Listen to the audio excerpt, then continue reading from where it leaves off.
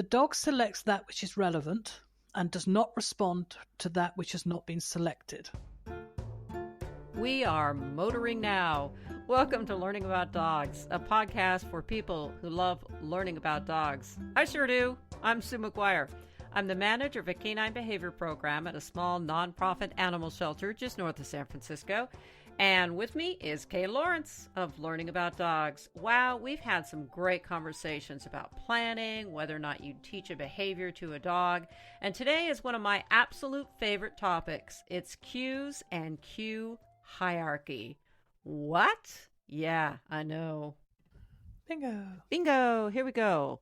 You know, a couple of episodes ago, we were talking about cues and whether or not the dog is determining relevant cues. And, I just think this is such a rich topic. And then you threw out cue hierarchy and the dog relevant cue and the dog determining it, and me having a conversation with Dr. Friedman about how I think dogs have actually selected the cue, but we just don't know what it is. And, where do we begin? Well, that's one of the rather clumsy quotes that I like to use. The dog selects that which is relevant and does not respond to that which has not been selected. Sounds a bit clumsy because that is attributed to Darwin. A few hundred. Yes. Because it's about natural selection. Yes, and that the animals that were able to select that which is relevant and likely to kill you, and that which is not relevant and not likely to kill you are the ones that survived. So being able to make those selection processes is part of evolution. Okay. So to be able to, us to be able to move forwards, we have to be able to look at a situation and work out what we need to respond to and what we don't need to respond to. So I remember teaching the kids in college communication skills, and these are computer students, all boys, and their face-to-face communication skills or verbal communication skills were basically, in today's jargon, pants. So I would sit them in a situation like this where they may have to listen to a client over the phone and give them instructions. And I gave them like an ordnance survey map of a whole small area of a county, and the other student had the duplicate copy. And they would start at a point that I had set on the map, and they would have to navigate by looking at the map to the destination.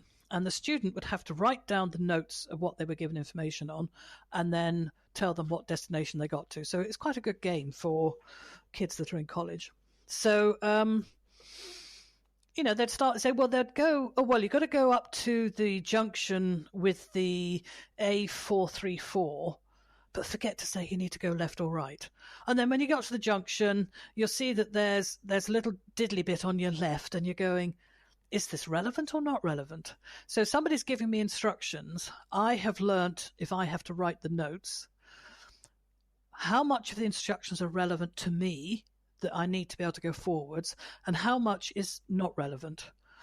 So I remember given directions by this guy to get to this place. It's a long previous before we had technology to help us. He says, and you're going to go along the road until you get to a tunnel. He said, no, when you get out the other side of the tunnel, I'm going, well, if I've gone in the tunnel, where else would I go but get out the other side of the tunnel? So it was all a lot of irrelevant stuff about, looking at those trees on the left. And I'm going, I don't need to know that, So it takes experience to know what you need to write down. And this would be the same as taking notes of a lecture. What you need to write down and what is just a story. Now, I fill in a lot of examples and demonstrations when I might be giving instructions. Well, nobody needs to write down the stories. Nobody needs to write down all that bit about me and doing the college kids, because that's an illustration. It's not a relevant piece of information that you need to be able to put down, leave it to one side because you want to come back to it later on. So the whole note-taking and giving instructions process needs practice, and this is what we were trying to teach them.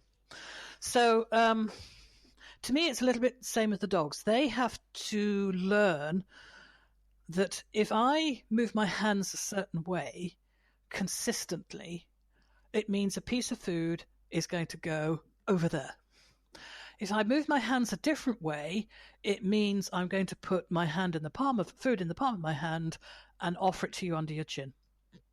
And if I move a different way, it means that I'm going to dip into my pocket. So the dogs are studying us all the time for things that will become relevant to them. So when we start to give cues, we like to use words. And certainly since John Pilley brought out that wonderful book with Chaser, where he taught this border collie 1,000 words. Wonderful story. I have no restriction now on the number of words I use, but you absolutely need to give them with consistency. You can't have lie down, down, lie down, down, lie down. Every one of those is 4 different cues. If you don't have delivery consistency, you are very limited by the amount of cues you can ever use. Just as equally as there's 6 people in the family that are going to say the dog's name, and everybody says their dog's name at least 6 different ways, well, that's 36 cues for the dog. So they need to know who's interested, who's cross with you, who's doing this, who's doing that. So they will learn tone, but delivering in a consistent pitch makes it more likely the dog will remember it. And then the interesting thing when we're training border collies on sheep, the dogs listen to the pitch. So the phrase we use, which might be come by, yes, there's a definite tone to come by. And if I whistle it, it's exactly the same pitch and tone. So I never actually need to teach them the whistle. They will pick up the whistle straight away from the way I said the words come by, if I was consistent in saying come by. But if I went come by, come by, come by, come by, come by, they wouldn't have any idea what the words are relating to when I teach the whistles. And they can very quickly pick up speed. So I can go, come by, and they will slow down, come by, come by, come by, and they will speed up. Really? So they can, oh, yes. Oh. Bless them, they're that good. So if I was, say, teaching a dog to back up, the way I present the back up, they're going quite slowly. But if I start going back up, back up, back up, back up, back up, back up, back up, back up, back up, they will start getting faster as they do it. So, wanting these words to be what the dog hears, you want that word to be the dominant cue. But it takes training to reduce all the other things that are going on to not be the dominant cue. So if I look at something like the backing up, so the dog's standing in front of me and I want them to walk backwards away from me. Most people, when they teach this, will tip their heads backwards as the dog walks backward. Well, since dogs are predators, they would notice that tip of the head, lifting up of your chin, and they would take that as the dominant cue. So it wouldn't matter whether you said back up, step up, put up, shut up. If you've got your chin lifted, that's what they'll go on. And we think they're doing it on the word. Yeah. So the only way to really check what they've learnt as the dominant cue is to actually give them the verbal sounding when the dog can't see you. Or put something, like a screen, like a sheet of paper over the front of your face and see if the dog can still pick it up. So I often teach, I like to use luring. If I'm luring, what my hands are doing are the dominant cues, and it's only one hand. So if I have food in my left hand and I'm teaching the dog how to do it with a lure, that is the dominant cue at that time. What my right hand's doing is irrelevant. So you wouldn't be swapping hands halfway through because the dog has thought, this is the one that's going to feed me, so this is the one I'll pay attention to. And then they find food's coming in from somewhere else and it's all awfully difficult. If I'm using the cup on the stick, which is a sort of a measuring cup on a stick that's probably twice as long as my arm, so it gives me the opportunity to use luring off my body and I can see what the dogs are doing out there. When that cup is in place, it is the dominant cue, and anything else I'm doing is not relevant. And I think by teaching the dogs the concept of a dominant cue, as opposed to trying to listen to every cue and not knowing which is dominant, because sometimes they say sit, but their face looks pissy. Sometimes they say sit and their hands move. Sometimes they say sit and they take a step towards me. There's this dominant cue is not consistent. It's constantly changing all the time.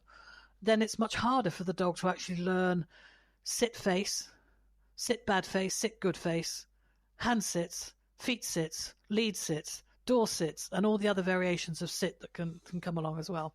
So this slows down the process of learning a cue. So if you're not clear what you want the dog to pick up as the dominant cue, we end up teaching them too many subdominant cues, if you like, with nothing really leading the way. And this makes it much harder for the dogs to be consistent in responding to the cues. So let me ask you, during the acquisition stage, when you are luring the behavior, you're specifically doing one cue. When would you add in a second cue that you want to be attached to that behavior? For example, you're luring, and at some point you want to turn that very dominant cue into a verbal cue. When I've finished shaping it, so when it's reached what I call performance, I don't want my final cue to have anything to do with the teaching process. So at that time, the way my hand moves with the foods in it teaches the dog how to maybe go round an object. Yes, so follow the hand this way. Oh, wow, there you go. Mark, chuck. Follow the hand this way round. Lovely. Mark, chuck. Round we go again. Super. Mark, chuck. There will be a whole supporting cast to this cue. So the hand doesn't move out in space by itself. There's a way that I'm moving my wrist and my elbow. There's a way that I lean towards the hand and out it goes. Now, at that time, I could be prompting myself to use the word go round or circle or something like this. The chance of the dog hearing that is low because they're going to focus on the hand, the food, and when it's going to release for the thing. But it's quite useful for the trainer to start trying out different words that tend to suit that behavior. Yes? So once that behavior is the shape I want it to be, so say I want my dog to trot round a cone, when that trot is fluent and stable and consistent without stuttering from the minute they collect that piece of food until they go to get the next one. It's a nice smooth pattern all the way around. Until I've got that, I wouldn't want to even think about what the final cue is going to be. Now, if you were training it for agility, if your dog's trotting around your object, you're thinking, no, I want my dog to run around my object because these are your future wings. You need the dog to be able to do a sprinting turn around this object. Well, until you've got that, you wouldn't want the final cue to be anywhere in the picture whatsoever. Yes, if you're still shaping that behavior up to mastery, you're on the training cue, teaching cue, and then when you've got to mastery, you go through the process of changing over to the final cue. I think what I get confused about is, let's use the example of going around a cone and then going around a cone at speed. I get confused because I consider to be the object the cue, the more dominant cue than me. Yes, but a cone can go around both ways, can't it? Yes, and so that was my next question, is that do you wait to say, that's okay. Do you wait to say spin, twirl around the object, or whatever your directional cues are? Do you wait for the behavior It's to not a be modifier. No. If I give the cue circle, it means go round it clockwise. If I give the cue go round, it means go round anti-clockwise. Okay. The object is the same. Okay, yeah, that's what I was going to say. Do you wait till you have shaped the behavior both directions before you start attaching your modifier cues? They're not modifiers. It's not around left and around right. That's a modifier. Yeah. These are separate cues for separate behaviors. They're quite different behaviors. Explain. So a modifier would say turn left, turn right, paw left, paw right, the left and right being the modifier. Yes. Yes, and if you give that cue, turn left, turn right, spin left, spin right, paw left, paw right, the dog has to wait until the second part of the cue to know what to do. Well, at speed, you haven't got time for that. Mm-hmm. So if you're heading up to an object, before the dog goes to the object to know which side to go, you need to be able to say, circle, go round. And if you're... Yes, it should be learnt. the proprioception skills needed to go round an object at speed that you'd need for agility. The dog is basically doing, to me, what looks like barrel racing. They're going around these objects at some speed to do at least a 180-degree turn. Now, that takes a lot of muscle strength to not fall out of the turn. Exactly. Yep. So that might take you 9 months to build up. Yes, you might be luring it with a toy. You might be luring it with your hand. Whatever you're luring it with, you're building up the physical balances in the dog to be able to do that behavior. Once you've taught it and the dog is fully fit to be able to do it at speed, then I'd put it on its performance cue. Okay. That training cue's been attached to a lower quality of behavior, and it can come back to bite you. Yep. Okay. So I want to go back to when you, let's say we're teaching a sit, front sit, back sit. All right. I'm always fascinated by, at times you say, next go around, I might have my hand on my head. I might have my hand over here. I might be leaning on one leg or the other. At what point do you start so you say the cue, take me through that process, because I'm a little confused about, do you say what you want to have the dominant cue and then you throw in these supermodel poses or what?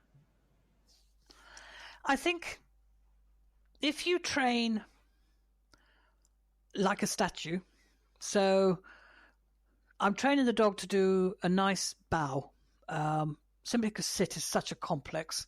Everyone thinks sit is the go-to behavior, but the dog can sit forwards or sit backwards. It can sit to rest and watch the clouds go by, or it can sit there in anticipation of killing something, and we use it for sitting on greeting. It's so inappropriate for sit greeting that it's starting to become ridiculous. It's like asking people to be sleepy when they're saying hello to visitors. It's like, no. It's not cool. It's about, hello, I haven't seen you for ages. Anyway, I'm not on the final cue yet. I'm still on the training cue. So I've taught the dog to do the bow with the target stick. As the target stick is coming to show the dog where I want them to place their chest, I will make every effort to stand as inconsistently as possible each time. If every time you use the target stick, your body language is identical, then that target stick as a cue becomes attached to very specific body language, and only likely to occur when that very specific body language matches the dominant cue. The same as the sit, if you like. So if you taught the dog to sit by raising the palm of your hand up towards like you're going to smack your forehead, if you stand perfectly still and teach that every time, smack yourself on the head. That's the classic sit-up type of lure training. You're probably standing with both feet roughly together. You might have your other hand somewhere near your treat bag or pocket, and the dog is standing facing you. But when the dog stands at your side, it doesn't look anything like the same. The dog probably won't even recognize it.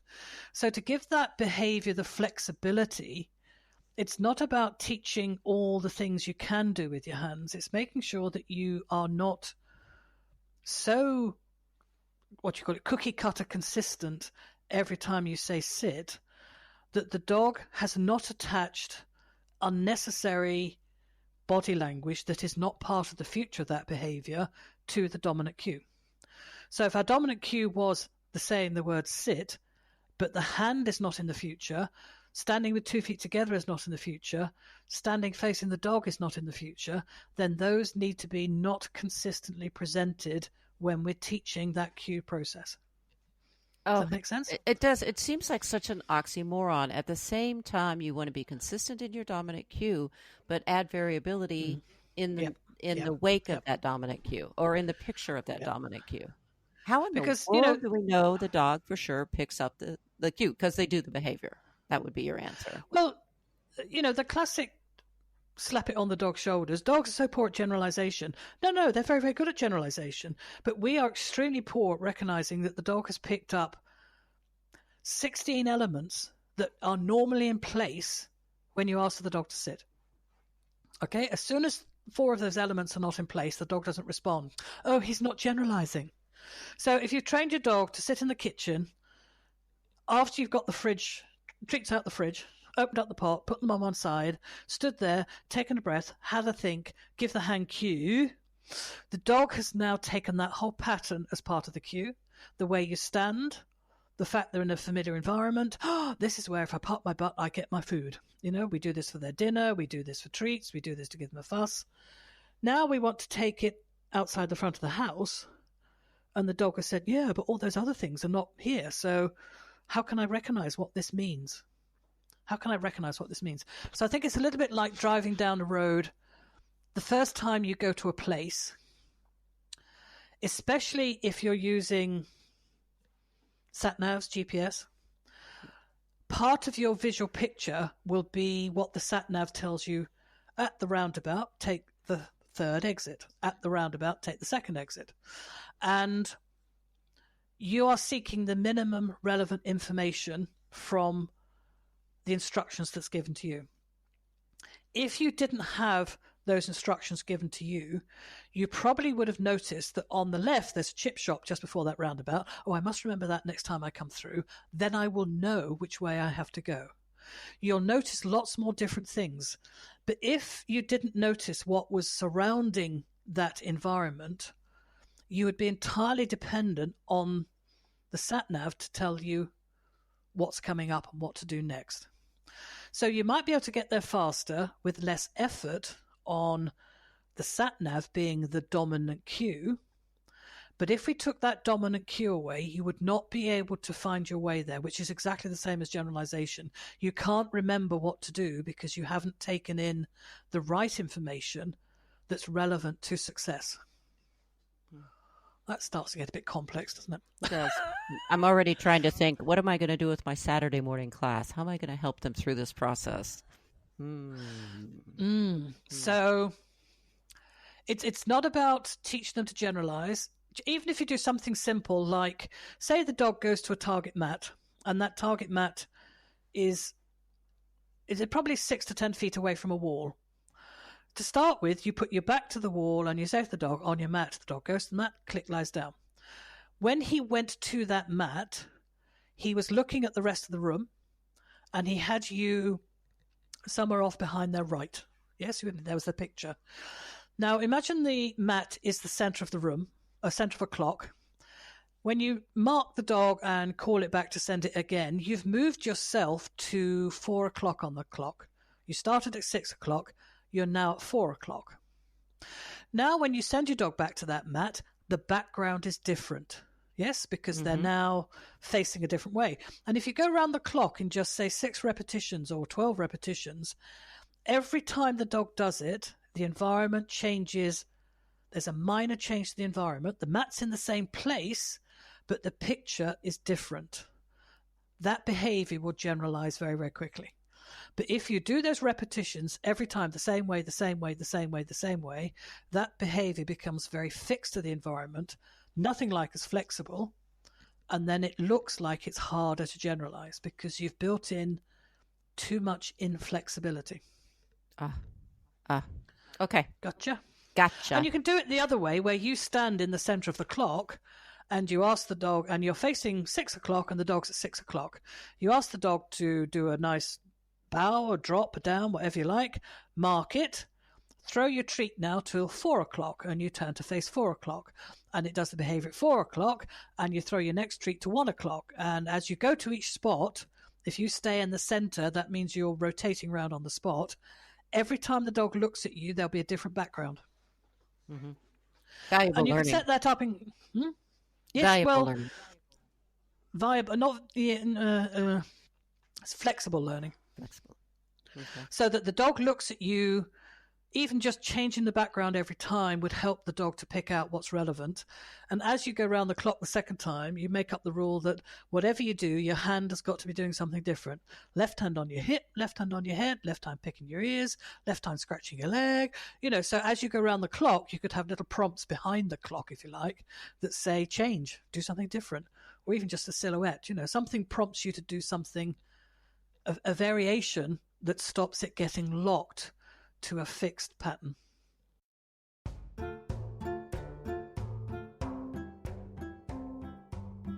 Yeah, don't worry, you're not alone. My head's spinning a little bit too. This is an episode I'm probably going to go back and listen to myself a couple of times just to make sure I think I might be getting it. For more information and some great reading from many contributors, go to Kay Lawrence's website, learningaboutdogs.com, or follow Learning About Dogs on Facebook. And here's my plug. Need a canine buddy? Check out our rescue center. Thanks for listening. More topics to come.